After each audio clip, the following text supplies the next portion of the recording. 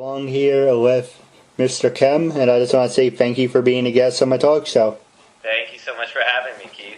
Now, for people who want to know what Uncensored is, Uncensored's my way of showing people that even with a learning disability, I can overcome controversy and reach my goals in life.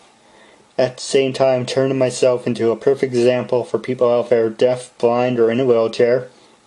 But you should never label yourself or have people label you. And you should prove to them you can still amount to something no matter what. That doesn't matter if you're deaf, blind, or in a wheelchair. You should never let labels describe or hold you back, and you just overcome them.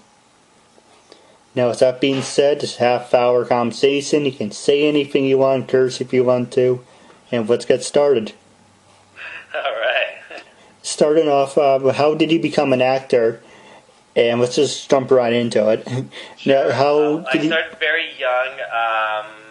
I guess I watched a lot of TV, and I got involved like that, and I begged my parents to put me in some acting classes, which they did. And right after that, I went into high school, and I signed up for a drama class, and I had this amazing teacher named Jack Mitchell, who basically just grabbed my hand and pulled me into the plays. And I was very fortunate because he was just one of those teachers that, you remember for the rest of your life. And at University High School, I ended up doing, I think it was 11 plays by the time I finished. And I started a drama club there, and I was very involved. I basically lived in the theater for 4 years. And right out of high school, I got a very great opportunity to tour with some phenomenal actors. One of them, which was, at the time, she was an Oscar-nominated actress by the name of Shohreh Aghdashloo. And I had this opportunity to play their son for 3 years and travel the States and Canada, and really fell in love with theater and just the way things are done, the family aspect of it.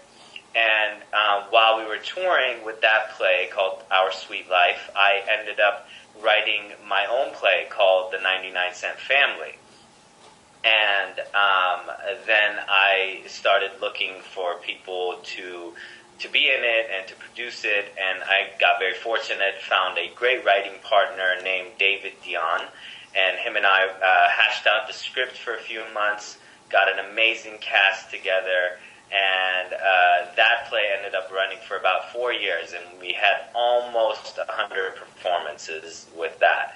After I finished that, I decided that I wanted to pursue more the film and television aspect of it. So I started training with R.J. Adams and learning, because it's a completely different animal, the stage from being in front of the camera.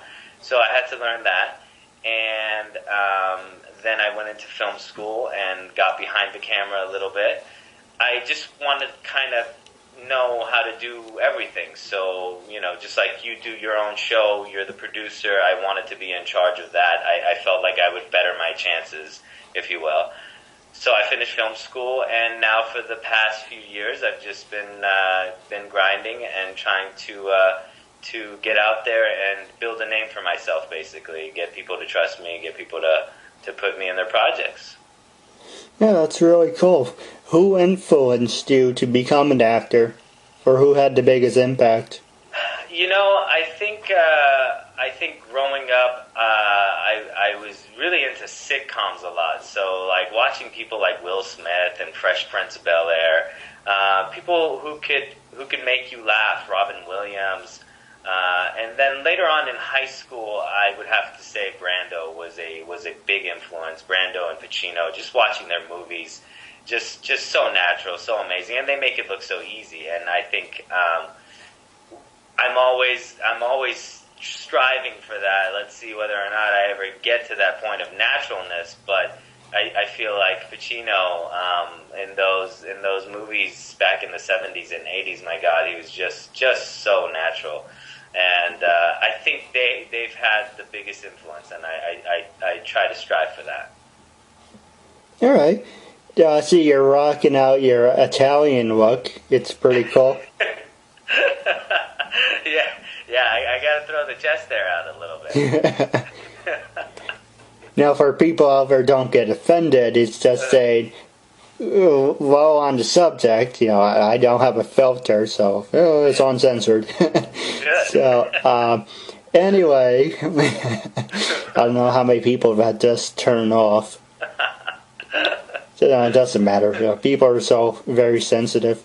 The reason I mentioned your Italian look, have you ever played a stereotypical Italian in any of your shows? Or you can pass for, no disrespect, but you can pass for one. He gets out to grease the hair back, put a chain on, you're like, hey! Yeah, I do tend to go out and audition and get cast in Italian roles. Usually it's more like a New Jersey type of guy. The Goomba, but yeah, I do naturally have that look to me, so I don't mind it. In fact, I don't mind any stereotypes at all. I think it's a blessing when you do get stereotyped, because that means people will call you and you'll continue to work and play those roles, and what could be better than that? No, I agree, Alice. I can have that look. Sometimes when I take off my glasses, I look like a vampire. I can do that. But besides that, I'm white as goose shit. Now, you mentioned you are also a director. Now, what came first? Your passion for being an actor, or your passion for being in the center or in being a control? No, actually, it was acting that came first. Then the writing came after that. It was an inspired thought for a play that I had, a semi-autobiographical play, and then I rode that wave. I never thought I'd go into writing whatsoever, but I sat down and it was flowing. I don't know if I can take credit for it or not, but it was coming through. And so then the writing came, and then when the writing was there, when my first play finished, the directing really came out of necessity. I'm more than happy to sit back and let someone else direct me. In fact, I prefer it. But when it's a project that I've written myself, then I feel like I have to direct it, because I'm so deep into it and I'm so invested into it, just like the Coen brothers are, where they write it and they direct it. I mean, they know exactly how each line is supposed to be said, and that's kind of how it is for me. Like, it would kill me if another director were to come in and just have a totally different spin on it. In fact, I think one of the projects that I wrote, which was a very short film, I handed it over to someone else, and it gave me a chance to just relax and be able to act on set, but it didn't come out the way that I had envisioned it. So I tend to just hold on to the creative control when it comes to the directing, and really when you come from a directing theater background, directing film is very, very simple, because you can do multiple takes, you can give the actors notes right there, and I'm so used to directing theater where it has to be perfect when the show opens, that I found myself having a much easier time in film school compared to my fellow schoolmates, because I had that years in the theater, all those years in the theater. Now, have you ever seen the Fantastic Four movie? Foreign movie? Yes. Just recently, I remember A Separation, which came from Iran, which was I really enjoyed that film. I've seen quite a few foreign films. Well, actually, I meant Fantastic Four, but foreign. Well, on the subject, foreign. But Fantastic Four? Did you say Fantastic Four? Yes, but you took it. Fantastic Four. I think I saw the first one. I don't remember it exactly, but was it? Is it the actor from The Shield and Jessica Alba? Correct? Yes. Yeah. I think I saw the first one, and I think I enjoyed it. Well, still on the subject, what foreign films do you enjoy, or have you been a part of? I haven't been a part of any many foreign films, but I saw, like I said, A Separation a few years ago that I really enjoyed. I saw a film, I can't remember the name of it. But it was from Mexico, and this was quite a few years back, 10 years back. It was about drug trafficking and using mules. It was such a good film. But yeah, I know that the foreign market is just filled with such phenomenal films. And to be honest, I have to force myself to watch more of them because I always enjoy them. They're always great. If we want to go back to the classics, the Italian foreign films are just brilliant. I mean, they're just shot so well. And I think it was 8½. Is that the film, the famous film from Italy? I think it's called 8½. It's about a director making his 9th film, and he's kind of stuck. And I enjoy that tremendously. Now, the reason I brought up, well, on the subject of foreign films, I saw a couple, but the one that stands out the most would be The Bookkeeper. The Bookkeeper, I didn't see that. It was okay, but they tried to make you feel bad for the Nazis and the stereotypical Germans, but, you know, it was okay. Okay. Yeah, I have heard of it, but I haven't had a chance to watch it. Lately I've actually been forcing myself to watch a lot more TV because you kind of have to know the marketplace, and so I've been watching TV, and there's just so many amazing shows on TV right now. Such a great time for television, especially Netflix. So many good shows. House of Cards. And in a way, you get to get involved for more than just 2 hours. You get invested for, a season or two. So it's kind of fun to sometimes just binge watch. Now, the reason I brought up Fantastic Four is because you can pass for Dr. Doom if he does dye the hair black. I can't remember the guy's name, but you do look like him. Could be a stunt double. Oh, yeah. Take that as a compliment. Now, would you be, for a director, would you be interested in working on a couple projects together, or you just do your own thing, or what exactly do you do as a director? Usually it's a project that I've written and that I want to bring it to fruition, and so I direct it. I have collaborated in the past with writers who had, actually I think one other time, a friend of mine needed something directed. He had written it, but I found that it wasn't for me because, I had to have a little more control over it, and especially when you're working with a friend, I felt myself wanting to give him his vision or try to bring his vision to life, whereas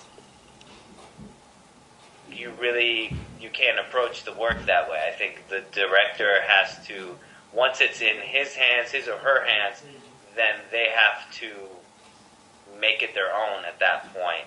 And especially in film, it becomes less of a, okay, let's collaborate and see where this goes. The director kind of has to lead the ship. So, but honestly, for me, it's like if I never direct another film for the rest of my life, I'll be fine. I've really just been doing it out of necessity.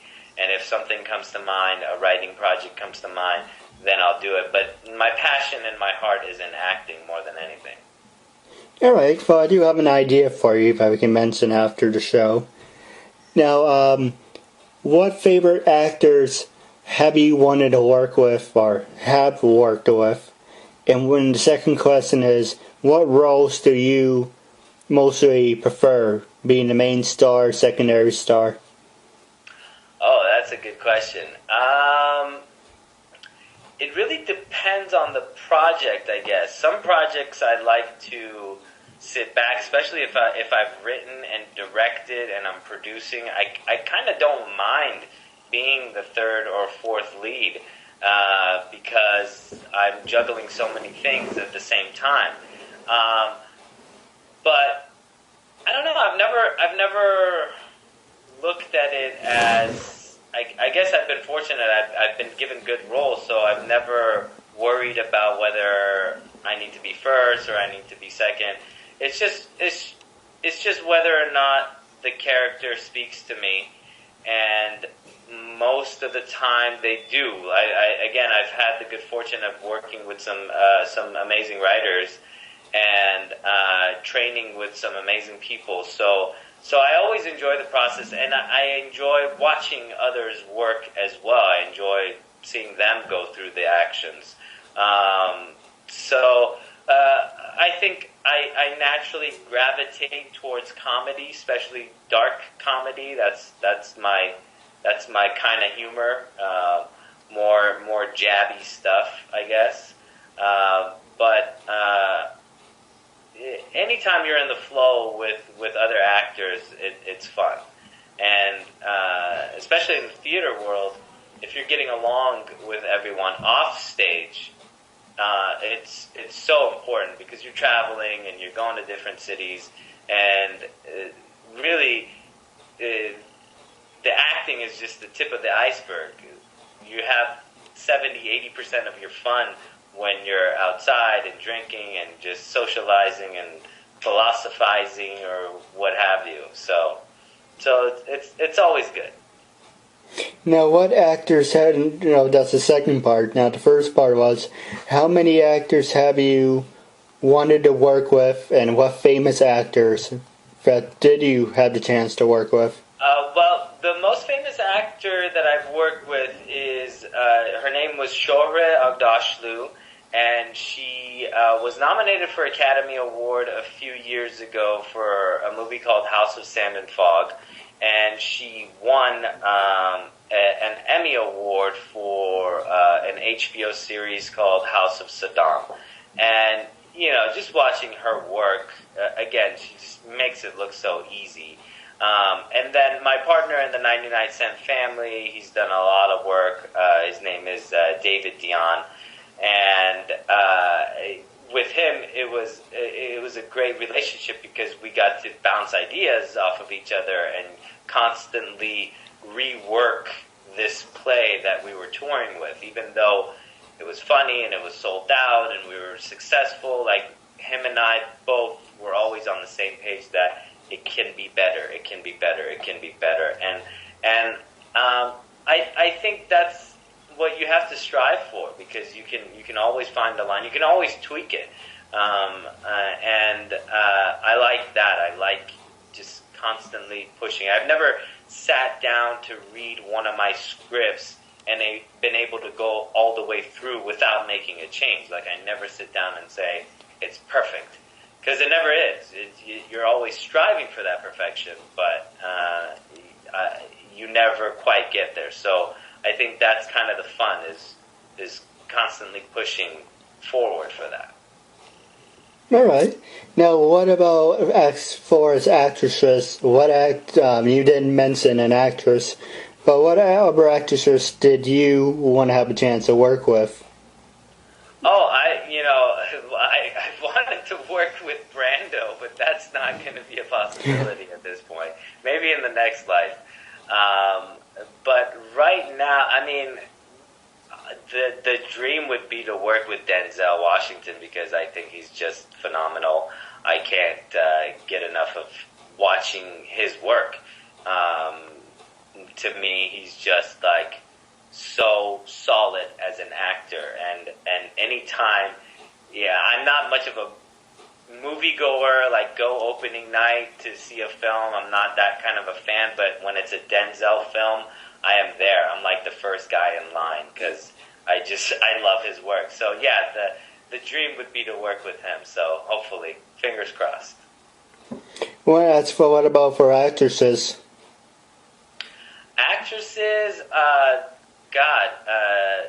so many. I mean, Meryl Streep is obviously the the best there is. Judi Dench, I also enjoy so much of her work. I don't know if it's still true, but a few years ago I read somewhere that she's never watched one of her own films, which I thought was an interesting tidbit. But yeah, so many strong people, so many strong actresses out there. Emma Stone, and it's really any one of these actors that have made it to that level. I mean, they've worked so hard, and I just respect that. And to be able to be in a scene with any one of them, even a small short scene, would be an honor. Have you ever gone to any award shows? I went to the Golden Globes many years ago. I was invited as a guest, and I've been to a lot of film festivals. I live in LA, so I go to a lot of screenings where I get to see the actors and get to participate in the Q&As. So it's always fun to be in the same room as them. I just went to a screening of Whiplash. I don't know if you've seen it, but it's a film that's going to be probably one of the Oscar contenders this year. And both the stars were there, and it's so interesting to just see them talk and to be able to relate to them and their process. All right. Now, the next question I was going to ask you is, did you ever pull any pranks on people, or do you have any funny stories you'd like to share? Oh, wow. I do enjoy pulling pranks, actually. Nothing really comes to mind. The only thing, just recently, actually, we were doing a play, and, wait. Okay, I have a good prank story, but it didn't really happen on the stage. It happened during a tour. We got to the airport a little late for our flight back home to LA, but still within a good timeline, I guess. And the airline had sold our tickets and our seats. So they came, they apologized, they said, hey, look, we're so sorry, we sold your seats, we will put you on the next flight, and we're going to fly you out first class on the next flight, and we'll also give you these vouchers for $400 for your next flight with American Airlines or whatever it was. So there was three of us that we had gotten to the airport. It was me, the director, and the actress that worked with us. And the actress, she didn't quite understand what just took place, and she was a little, it was early in the morning, and she was a little dingy. So once the flight attendant left, she asked us, she's like, oh, what happened? And the director, he explained it. He said, they sold their seats, they're going to put us on the next flight, and they're giving us these vouchers that we could use on our next American flight. And she's like, oh, okay. And I jump in. I found that it was a perfect opportunity. So I said, yeah, you can use it on the next flight, or you can take it to the bank and they'll cash it for you for $400. She's like, oh, okay, that's good. And things got out of control, and I forgot to tell her that I was just kidding. So the next time we got to rehearsal, it was like weeks later, she comes storming into the door, and she says, Dylan, you idiot! I can't believe you! And right away, I remembered everything, like it was like instantaneous. I'm like, what happened? She's like, you idiot, you told me to go to the bank and cash that voucher. I walked into Bank of America. They didn't know what the hell I was talking about. So, yeah, I like to have fun. I like to have fun. You have to. I mean, you don't want to be just serious all the time. That's true. Have you ever worked in retail, or have you walked out? I have worked in retail. My first job was at the Gap.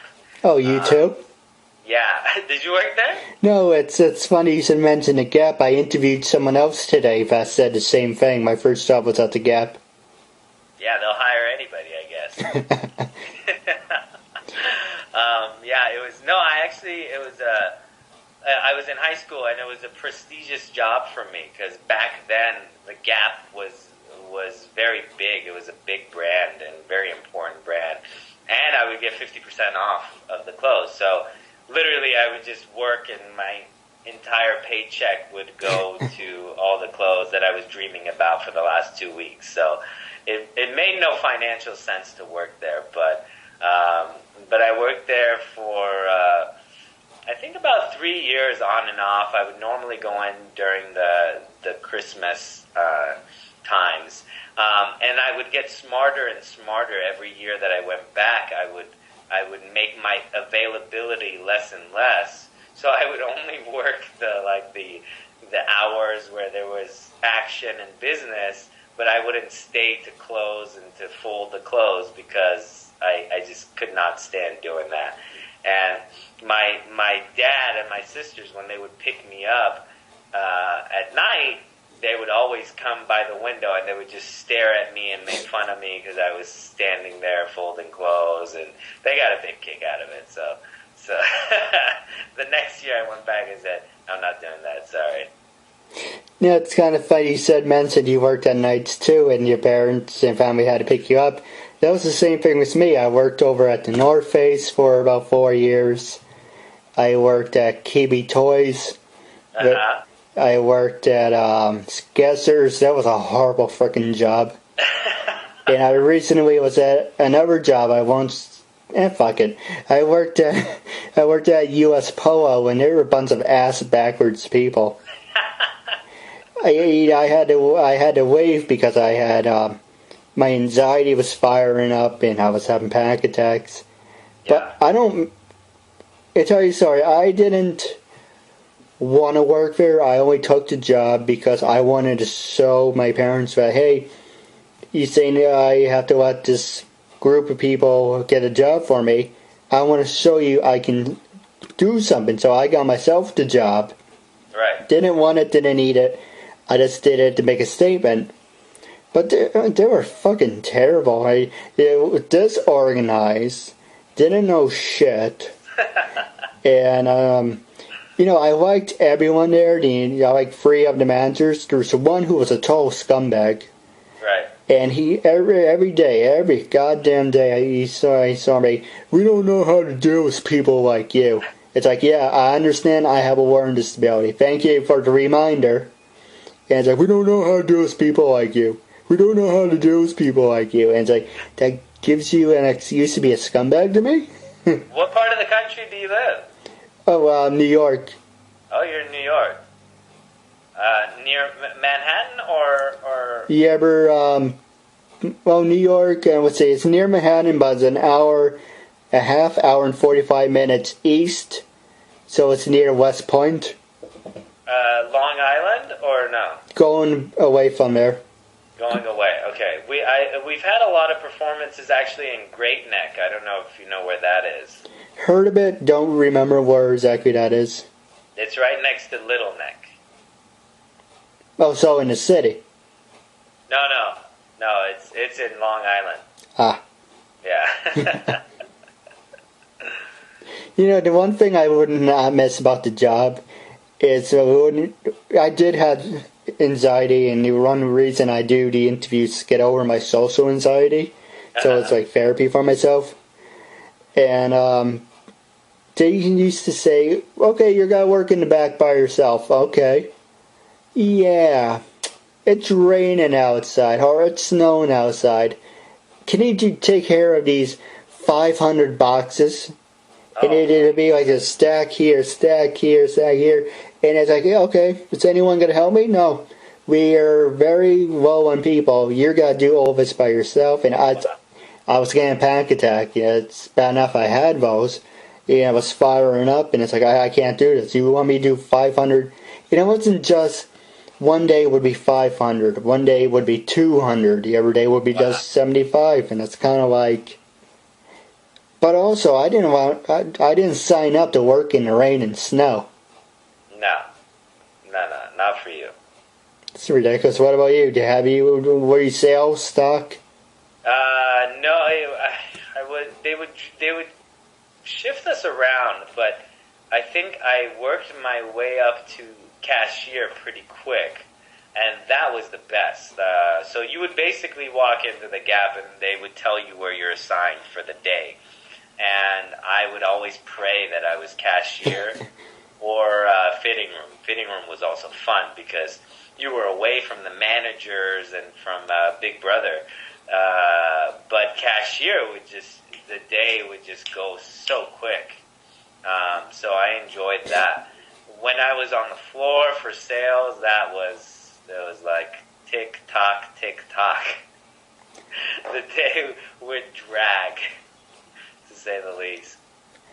They had me crawl into the space because it's a whole big thing where they get shipments, so they have a little attic area. So they told me to crawl in there and just throw stuff in the back. So I didn't take the job seriously, and so I used to fuck around. And here's my funny story. I used to look at the camera because I was already in the back. And they're like, oh, we're always watching you. Oh, yeah? I do the Robert De Niro. I'm watching you, fucker. That's what I get. You would have fun with it. Yeah, but if you didn't, I didn't really need a job, so I was like, hey, what do you gotta do? Fire me? You can't fire me. I'm handicapped. I think that's how it was kind of towards the end of the Gap. I had already been touring with a play, and this was just kind of lingering around, and I think I literally just stopped showing up. Like, I didn't call to say, I'm not coming. Nothing a responsible person would do, that's for sure. I just didn't go anymore. My shortest job, I would have to say, I lasted one night, and that was at Ralph's. We have a grocery store out here. It's called Ralph's. I don't know if you guys have it out there, but I went there. I was stocking shelves for one night, and that was enough. The next day, I called in and I said, "Sorry, I'm not coming back anymore." And the manager got very mad. He's like, "Oh, I knew it. I knew you weren't going to come back." I'm like, well, then you shouldn't be so surprised. One more story about that. You had me beat by one day. In the shortest time I worked in the store was 2 days. And basically I worked in home goods. I went to West Point, and West Point had a 6-week course. And after 6 weeks, you get certified as a New York State custodian. And you get not a degree. I keep fucking up on the word. It's the starts as a C. So it's not like a degree. It's the everything. Certificate? Yeah, thank you. Okay. So I got one of those, now saying I can work anywhere in New York State. So I went to Home Goods because they had an opening for a custodian. And I had a job coach too. And it's freaking horrible because, I had the coworkers watching me like a hawk. I had the stupid-ass job coach. That time I took a step, she took a step. It's like, hey, you're crowding me. You want me clean? Give me some freaking privacy around it. So I got up and left, and the same thing like you. I knew it wasn't going to work out, and we're going to hire a private company, and it's like, you know what? If I didn't have Mr. Magoo over here messing up and making my hands shake, I wouldn't have gone up and left, but it's kind of like find more assholes than nice people. You mentioned you were a cashier, so did you ever ring up any hot girls? Oh, yeah, all the time. At the Gap, it was, back then, again, it was a hot store. I don't know if it is as much today. I'd never go there shopping anymore, but back then, it was the place to go. And so yeah, hot girls all the time. One more thing while on the subject, I don't know if you've ever been there, but there's one in Long Island, New York. It's There's one in Long Island, New York, and there's one in Central Valley, New York. It's the Woodbury Commons Premium Outlet. I don't know if you ever heard of it.